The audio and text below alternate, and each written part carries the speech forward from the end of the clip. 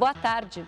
Hoje é comemorado o dia de Tiradentes, o herói da Inconfidência Mineira. Uma das páginas importantes da história do Brasil que, na maior parte do tempo, é contada por meio de personagens masculinos.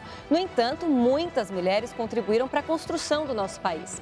É o caso da Imperatriz Leopoldina e de Anita Garibaldi. Ambas viveram no século XIX e desempenharam papéis relevantes. E nos livros didáticos, são mais lembradas por terem sido as esposas de Dom Pedro I e de Giuseppe Garibaldi. Elas e tantas outras mulheres que são protagonistas na história e em diversas áreas do conhecimento não são tão ensinadas assim na escola. Sempre que ele estava comigo, começava a me perguntar das aulas. A leitura de hoje é de uma obra de Ruth Rocha.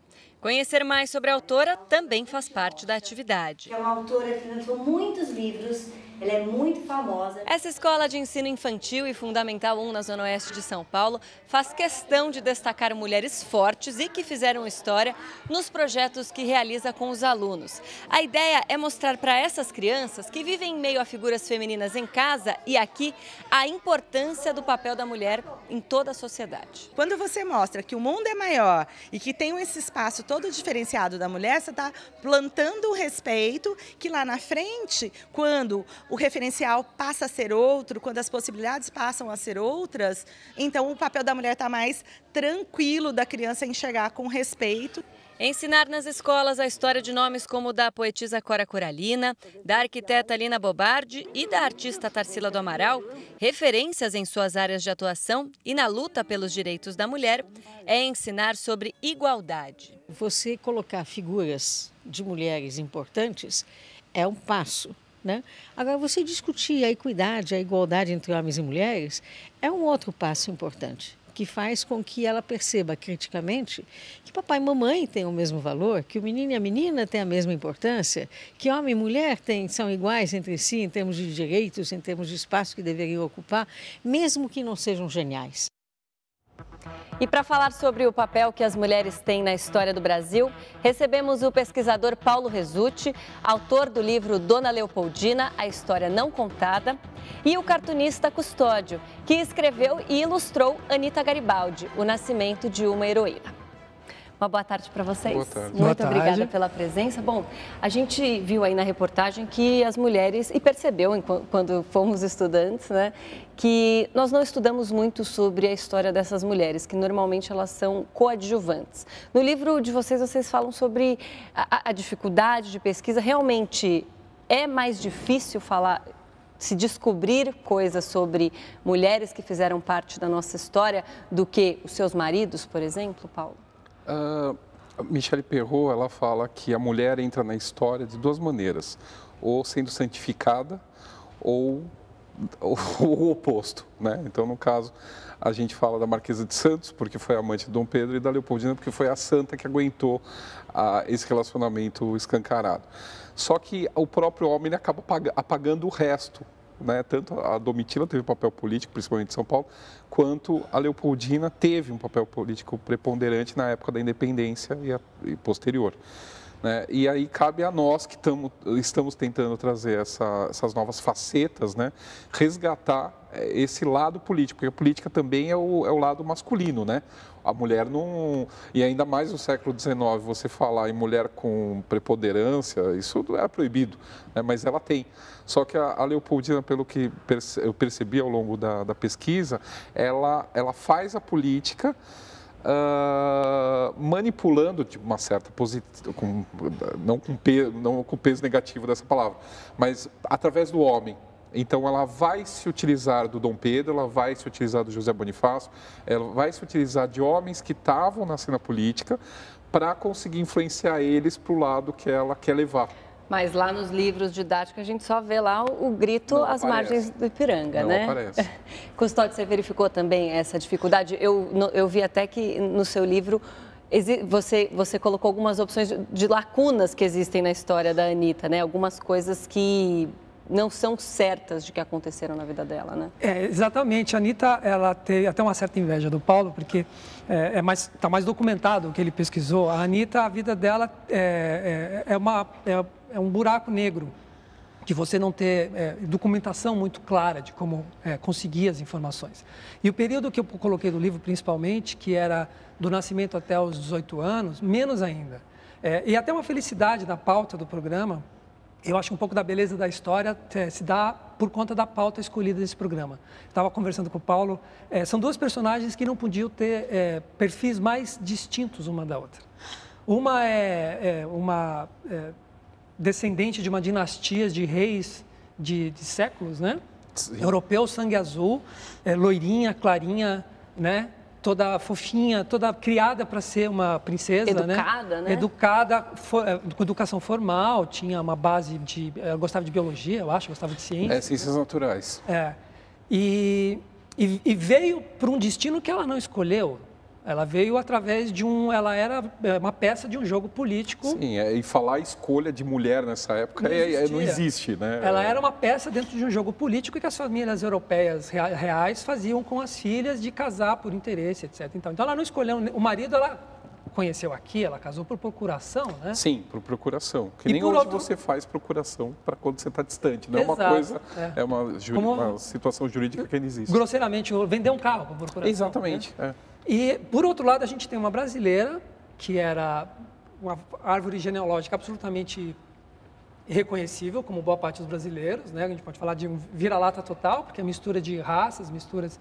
Ela talvez tivesse algo de índio, então ela era com cabelo preto, liso, uma mulher de atitude que cavalgava, quase atlética, se a gente pensar pelo padrão de hoje em dia, comparado com a Leopoldina, né? Não teve educação formal, a Anita Garibaldi morreu sem saber escrever, porque não havia educação, não havia escola pública, então era uma coisa muito cara, não era acessível. E ela escolheu absolutamente o destino dela conforme ela quis. Ela quis o homem que ela quis, ela foi casada por um curto período, meio que por obrigação, mas a partir da hora que ela conheceu o Garibaldi, ela escolheu o Garibaldi, ela foi atrás do Garibaldi e mudou o destino dela de acordo com a própria vontade. Então, não podiam haver duas mulheres mais distintas uma da outra, mas ao mesmo tempo, a quantidade de coincidências que elas têm, ambas morreram entre 28 e 29 anos. O parto, né, que a gente estava conversando. Ambas morreram grávidas. Ambas têm um papel... Perderam filhos, né? Perderam filhos e morreram grávidas, inclusive, né? Ambas tiveram um papel histórico fundamental. Ambas casaram com homens de personalidade muito fortes. Homens, pro padrão da época, mesmo o padrão da época, eram masculinos, muito masculinos. E ambos lutaram nos dois hemisférios. E a coincidência de ambas serem mais reconhecidas não no continente em que nasceram, mas no continente em que morreram. Que a Anita Garibaldi é mais lembrada e reconhecida na Itália do que aqui, e a Leopoldina virou uma personagem brasileira. Então, a história tem essa coisa bonita de duas pessoas tão distintas, elas conseguirem ter, historicamente, uma atuação tão parecida. Bom, antes da gente continuar nossa conversa, já que o Custódio falou bastante da Anita, a gente vai falar de alguns dos pontos altos da vida de Anita Garibaldi. Foram as fugas que ela protagonizou depois de ser capturada pelo Exército Imperial. O documentário Anita Garibaldi, Amores e Guerras, uma coprodução da TV Cultura com a TV Senac, reconstituiu estes momentos. Por um instante pensou que sua agilidade a salvara, mas quando uma bala cortou seu cabelo e um momento depois, uma segunda bala derrubou seu cavalo, concluiu que era impossível escapar. Rendeu-se e foi levada ao campo inimigo como prisioneira. E conseguiu fugir naquela noite mesmo, ficou 8 dias no mato, no campo, passando fome. Foi uma fuga espetacular. Foi um dos fatos importantes na vida de Anita Garibaldi. A segunda fuga, como é que aconteceu isso? Ela foi ameaçada à meia-noite pelas tropas do Moringue, que era o Pedro de Abreu, que era um verdadeiro terror dos farrapos. Mais ou menos à meia-noite foi acordada pela família Costa, que estavam vindo esses soldados contrários. Então ela monta um cavalo em pelo, com o menino no colo, um revólver na mão, e saiu a galope, seminua, sem cuidar da sua saúde, salvando a honra, a sua dignidade, dela própria e o filho. Bom, esse documentário aqui, o trechinho dele, a gente escolheu só para complementar o perfil que o Custódio já estava traçando aqui da Anitta. Você, inclusive, mostra no seu livro uma cena que tem até uma frase, acho que o Garibaldi falou, quando ele viu a Anitta levando o armamento, assim, imponente, em pé, no meio daquela batalha, ela sem medo nenhum, com bravura, levando aquelas armas do barco lá para as margens. Conta um pouquinho, então, do que você tratou aqui nesse seu livro da vida da Anitta, que foi a vida dela aqui no Brasil, por enquanto, né? Foi o comecinho, desde que ela estava criancinha, né? Até quando, Custódio? O livro conta do nascimento até os 18 anos, quando ela decide sair de Laguna com Garibaldi. E nesse período curto de 3 meses em que eles se conheceram e ela fez essa escolha de viajar com ele e seguir viagem, ela teve alguns batismos de fogo e algumas batalhas que ela fez parte. E por voluntarismo, ela queria estar lá. Ela foi até... o Garibaldi tentou demovê-la da ideia de participar e ela não queria. Você pode dizer que é por perfil histórico, porque ela queria estar presente, ou porque ela tinha medo de perder o Garibaldi e queria estar por perto. E até o fim dela na Itália, quando ela morreu, em 1849, foi exatamente igual. Ela estava grávida em Nice com a sogra e o Garibaldi cercado em Roma por soldados. Ela saiu de Nice e foi até Roma, passou pelas linhas inimigas. Você imagina quanto valeria capturar a mulher de Garibaldi na época, que era o principal líder republicano. E ela chegou até o quartel-general de Garibaldi em Roma, bateu na porta. Quando Garibaldi abriu, ele estava numa reunião com o Estado-Maior, ele viu a Anitta chegar, virou para os generais e falou: senhores, ganhamos mais um soldado. Porque ela tinha esse espírito, né?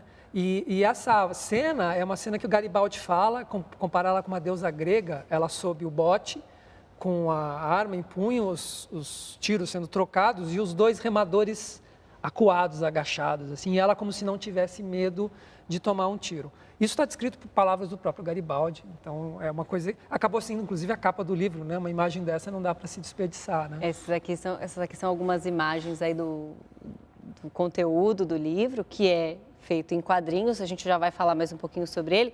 Eu queria falar um pouquinho da Dona Leopoldina, né, Paulo? O que você trouxe documentos inéditos, né? O seu livro, ele traz documentos inéditos. Conta um pouquinho do que tem aqui nessas mais de 500 páginas. Tem a grande...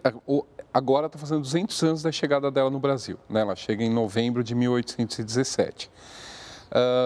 Então, para o trabalho, eu tentei focar um pouco nessa viagem que ninguém conta. E com isso eu consegui achar os diários e as cartas da principal dama de companhia dela. E que não havia sido estudado até então. E aí você, com esses diários, você tem todos esses bastidores da viagem que não é contado, né? Por isso que a história não é contada.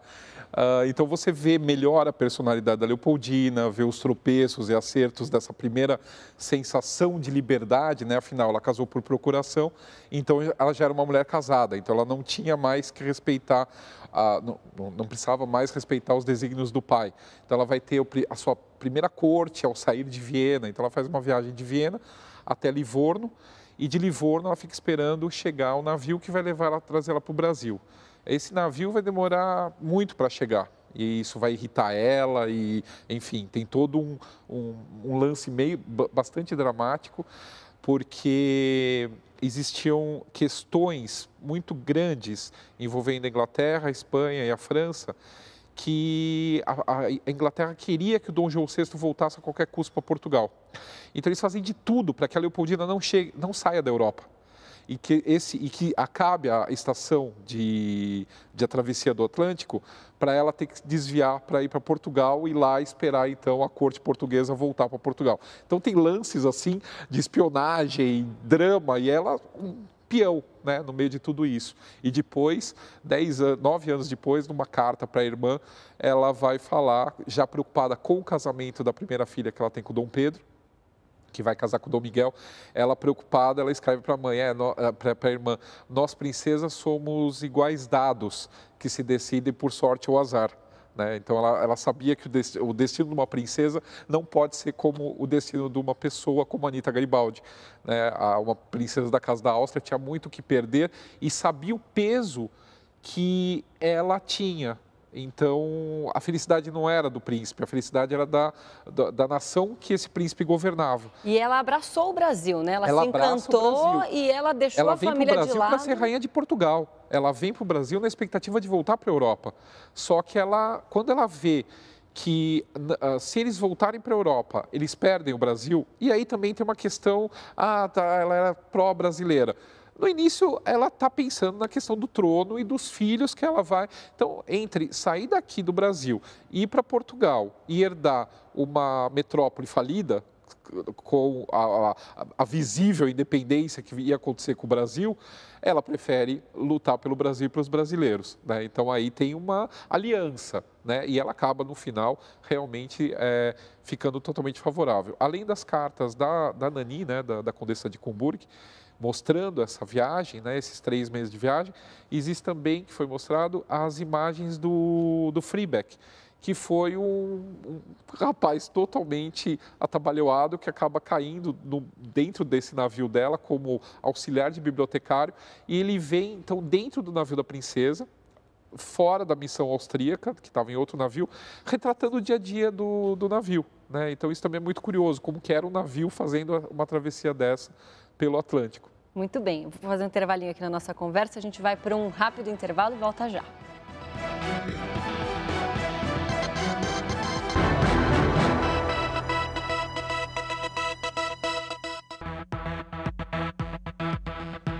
Já estamos de volta com o JC Debate. Hoje conversamos sobre o papel que as mulheres têm na história do Brasil. Com a gente, o pesquisador Paulo Rezzutti, autor do livro Dona Leopoldina, A História Não Contada, e o cartunista Custódio, que escreveu Anita Garibaldi, O Nascimento de uma Heroína. Bom, agora eu queria tirar uma dúvida com vocês. 2 homens que escreveram biografias sobre 2 mulheres importantes, né, aqui para a história do nosso país. E que, inclusive, já abordaram a temática feminina em outros livros e pretendem continuar abordando, né? Qual que é a dificuldade, se é que você sente, de um homem escrevendo sobre uma mulher, Paulo? Bom, eu tenho participado cada vez mais de debates feministas para conseguir entender mais, não para respeitar mais, isso eu acho que eu faço muito bem, mas para entender preocupações que para as mulheres... para nós não sofremos algumas coisas, tipo assim, pensar, não, sair tal hora da noite sozinho, né? Mulher já tem isso. Outro dia eu participei de um debate a respeito de quanto incomodava a mulher, o homem que anda com as pernas abertas no metrô, por exemplo, sabe assim? Então, eu estou tentando apurar a sensibilidade cada vez mais para poder falar com esse público e para que esse público possa ser representado até mesmo pelo resgate histórico que eu faço. Ela é a segunda mulher que eu biografo, né? Eu tenho um trabalho sobre a Marquesa de Santos. Sobre a rival dela. Sobre a rival dela, eu comecei com a rival. E aí eu era Tim Domitila, e depois eu virei Tim Leopoldina. Agora você se apaixona pelas suas retratadas. Eu acabo me apaixonando. Também me apaixonei pelo Dom Pedro, então todo mundo se apaixonava por ele. Custódio, você percebe também, você vai com mais delicadeza para retratar uma mulher, você tem mais cuidado? Eu estou lançando agora o meu 5º livro. Por coincidência, os 2 últimos eram sobre temática feminina, também quadrinhos, mas fictícios, né? E tem a Anita Garibaldi, que é um personagem histórico. E um dos livros que está no meio desses 4 livros, o 3º, é sobre a história do Palmeiras, em quadrinhos. Então, a conclusão que eu chego é que eu escrevo sobre o que me fascina, eu escrevo sobre o que me interessa. Você tem uma ligação com a Anita por causa da tua família, que é da mesma cidade onde ela viveu, exato, certo? Minha mãe, toda a minha árvore genealógica é da zona rural de Laguna, que já não era muito grande na época. Então, eu passava algumas semanas por ano de férias lá, num lugar que não tinha luz elétrica, não tinha era fogão a lenha. Então, eu passava alguns dias da minha infância em situações muito semelhantes à de Anita 150 anos antes de mim. E a Anita cresceu a 5, 10 quilômetros dali. Então, eu tinha uma certa dívida histórica comigo mesmo de um dia, quando eu estivesse pronto, fazer um trabalho sobre a Anita. E não há nada em quadrinhos sobre a Anita, nem aqui nem na Itália. E também sobre Garibaldi, quase não tem. Então, eu tinha a brecha, né, para isso. Então, tinha essa parte histórica que me interessava. Mas o universo feminino, que os outros 2 livros já são sobre as mulheres que habitam uma mulher, né? São as diferentes mulheres que habitam uma mulher. Aí já entra numa outra seara, que eu acho que o fascínio do trabalho de quem cria, e eu sou chargista também, então se lida com coisas muito cotidianas, e por incrível que pareça, o universo político é muito masculino também, né? O fascínio de criar é você viver uma vida que não é tua, que é o mesmo fascínio de quem lê. O fascínio de você ler, você poder viver uma realidade que não é a tua. É o que te dá a possibilidade de ter mais de uma vida. O Rui Castro, acho que é o Rui Castro que fala que biografar é tirar férias na vida do outro. Então, né? E ler biografias também. Você lê a vida de outra pessoa, você está entrando numa vida que não é a tua. E você se imaginar como algo que você não é, imaginar como uma mulher, como uma alma feminina, com um olhar feminino sobre o mundo, com algumas dúvidas femininas, eu acho interessante, eu acho um exercício bem legal. A gente estava conversando aqui nos bastidores sobre a dificuldade que é sintetizar o tanto de pesquisa que vocês fazem em um livro aí de poucas páginas, que por incrível que pareça, para contar uma história como essa da Dona Leopoldina, 500 páginas é pouco. E o desafio de também desenhar, fazer o quadrinho e contar aquela história em poucas páginas, né? Agora, por tudo isso que vocês estudaram, eu vou propor um desafio difícil. Eu queria que vocês dissessem, contassem para o nosso público o que não se sabe da Dona Leopoldina, primeiro, que você gostaria que as pessoas soubessem. O que você descobriu que você acha que as pessoas deveriam conhecer sobre ela? Uma personalidade muito rica, muito forte, apesar do que é contado pela mídia, apesar de alguns outros livros que tentam desmontar isso, mas era o cérebro por trás do Dom Pedro. Isso por trás da independência também. Era o cérebro por trás da independência. O Dom Pedro era a força e ela era o cérebro. Tanto que assim, ela morre e ele dura no trono mais poucos anos. Você vê então, que aquela figura frágil que a gente tem da mulher traída... Não, até porque ela constrói essa imagem ela mantém por conta do decoro da monarquia. Se ela arrumasse um escândalo a respeito da Marquesa de Santos, isso arranharia a figura da monarquia. Então, já que o Dom Pedro não se prestava ao papel de ser uma pessoa mais centrada e pensar na monarquia como ter um marketing a respeito do poder monárquico, ela é que vai representar esse poder monárquico. Então, ela que vai ser a pessoa equilibrada, que não vai arrumar escândalo e vai deixar as coisas... Mas isso é pro forma. Porque nas cartas ela chama a Domitila de bruxa. Ela tinha que manter aquela imagem. Né? Exatamente, ela era obrigada a manter a imagem pela posição que ela representava. E a Anitta, o que você descobriu dela que você gostaria que as pessoas soubessem, além do que já é comumente conhecido? Eu acho que descobrir algo novo, eu não sei se eu descobri, mas você consegue enxergar a coisa de um jeito mais completo. A Anitta, quando foi casada com Garibaldi, ela ficou 10 anos com Garibaldi, vivendo de cidades em cidades, batalhas em batalhas. Em Montevidéu, ela chegou a ficar 7 anos, então houve um momento mãe ali. A Anitta ficou grávida 5 vezes. Uma das meninas ela perdeu com 2 anos e ela morreu grávida do 5º filho quando faleceu na Itália. Então, em 10 anos, ela ficou grávida a cada desmame, basicamente. Então, ela... E não deixou de lutar, né? Subia morro, descia morro, dava tiro, amamentava, cuidava da casa, subia morro. Então, imaginar a Anitta como aquele protótipo de mulher guerreira, quase masculinizada, é um grande equívoco que se pode fazer. E imaginar a Anitta como uma dona de casa é uma coisa que também não dá para imaginar, porque ela nunca ficou alheia ao que acontecia com a vida do marido. Ela sempre foi um braço direito, inclusive em combate, eventualmente. Então, o que eu descobri e eu percebi, ela consegue exercer a feminilidade dela plena, da mulher guerreira e da mulher mãe, da mulher que vai à luta, literalmente, que todas hoje se fazem. Super contemporâneo isso, totalmente. Né, Custódio? Então, acho que essa é a grande descoberta. A Anitta era uma mulher do século quase 21, há 150 anos atrás, tentando sobreviver, né? Eu acho.